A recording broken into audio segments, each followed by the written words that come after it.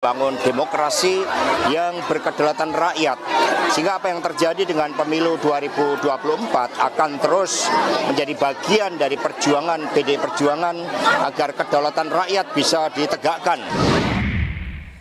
Saya masih bersama pengawat politik yang menjadi peneliti senior Populi Center yang meraih gelar PhD ilmu politik dari Loyola University Chicago, Amerika Serikat, dan Master Ilmu Politik dari Ohio University, Amerika Serikat, Dr. Ratri Istania.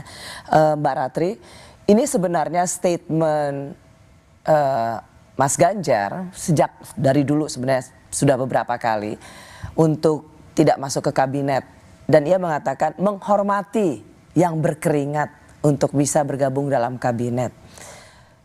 Rasanya ucapan seorang Ganjar Pranowo sebagai capres yang bisa kita bilang harus mengakui kekalahannya, harus menjadi keteladanan, menghormati yang sudah berkeringat. Jadi jangan hanya karena ia pernah menjadi kompetitor dalam Pilpres dan kemudian diajak bergabung ke kabinet. Menurut Mbak Ratri, apakah memang sikap seperti ini yang harus juga ditularkan pada partai-partai lainnya? Jadi jangan hanya berhenti dari seorang Ganjar atau seorang Anies. Saya sangat menghargai ya sikap seorang Mas Ganjar ya dalam hal ini ya. Beliau tidak hanya sebenarnya sudah mencirikan siapa itu negarawan yang sesungguhnya mestinya bisa bersikap begitu kan. Tapi juga hal lain, beliau gentleman.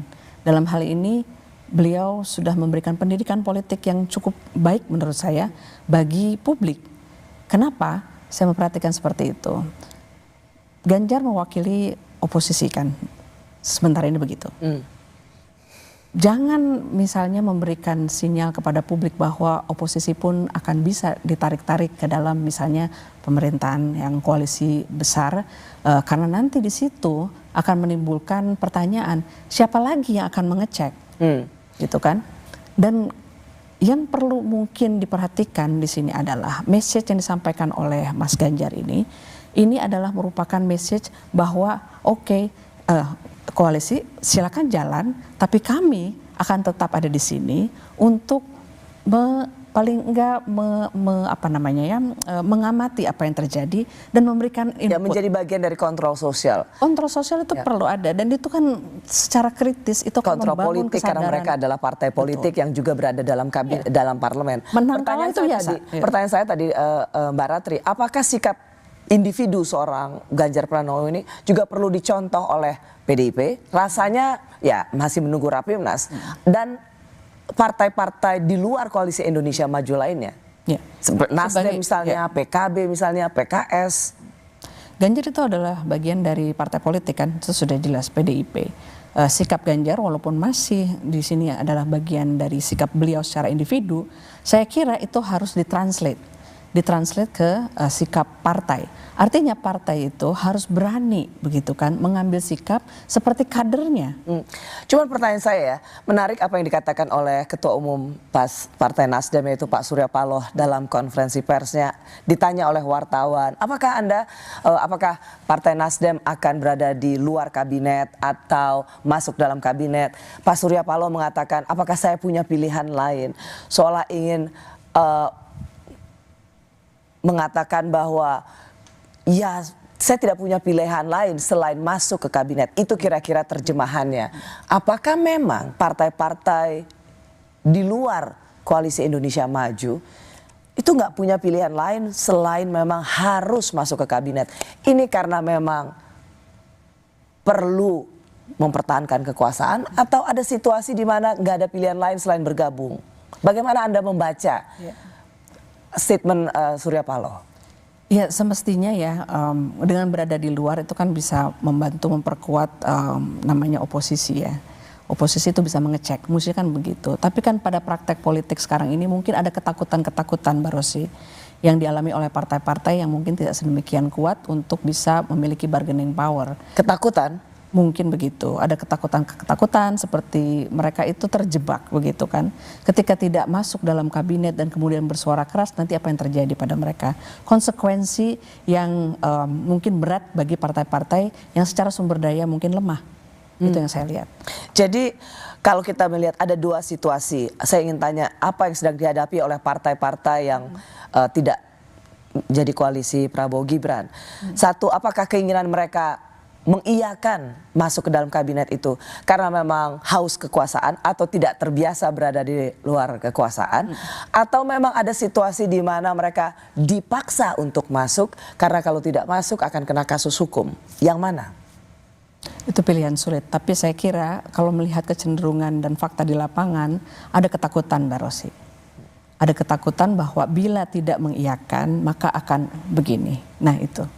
Mungkin tidak perlu dijelaskan secara gamblang ya, tetapi ketakutan-ketakutan seperti dicontohkan OTT dan lain sebagainya itu kalau melihat di lapangan kok kita tidak bisa menafikan itu ada, dan itu cukup untuk memberikan satu sinyal ya bahwa ayolah gabung ke kita, kita akan jalan bersama-sama begitu. Kalau misalnya kita bicara juga ada ide soal The President's Club gitu.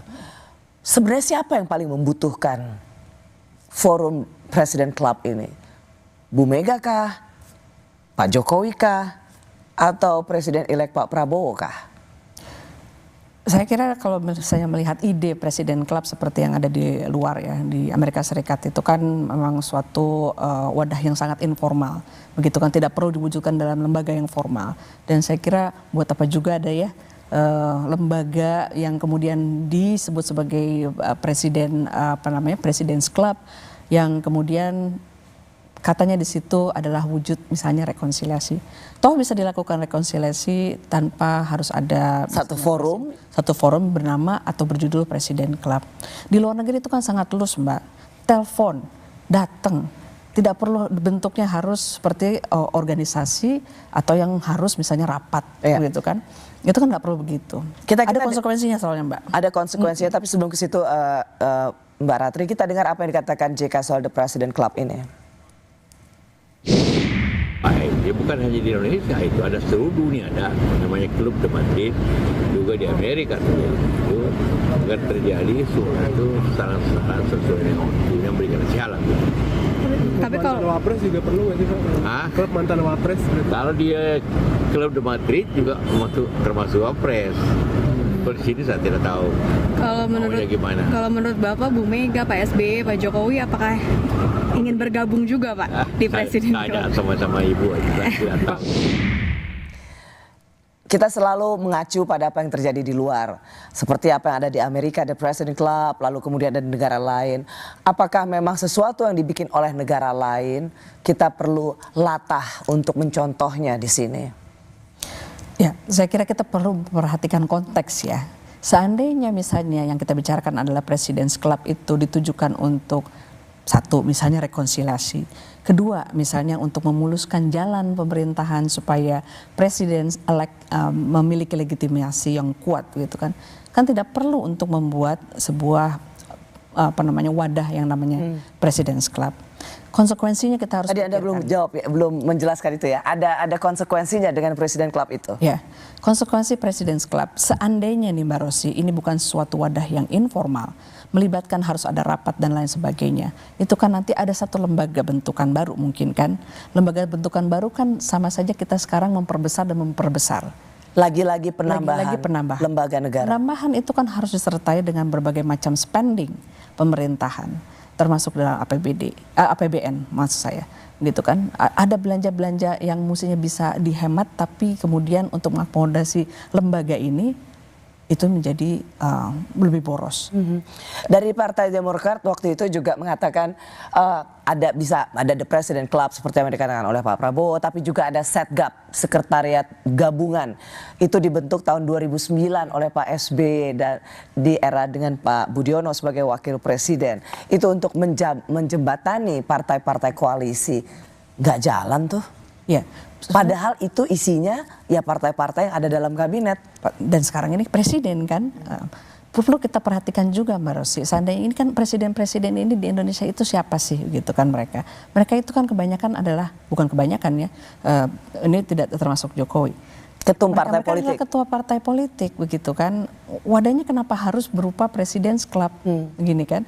Dan kalau misalnya kita melihat posisi presiden, Kalau misalnya semuanya harus align, semuanya tanpa friksi, itu kan aneh juga ya. Kalau kita mengaca pada apa?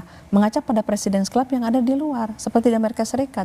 Pertentangan antara satu sama lain itu kan tidak masalah, begitu kan? Ya. Nah, kenapa harus diwadahi dengan sebuah wadah yang namanya President's Club? Pertama dalam sejarah Pilpres berlangsung 1 putaran dengan 3 pasang kandidat. Ada wacana selanjutnya jangan-jangan Pilpres disamakan saja dengan Pilkada supaya pemenang pemilu tidak terlalu lama dalam penantian untuk dilantik. Seberapa masuk akal wacana ini? Kami kembali sesaat lagi.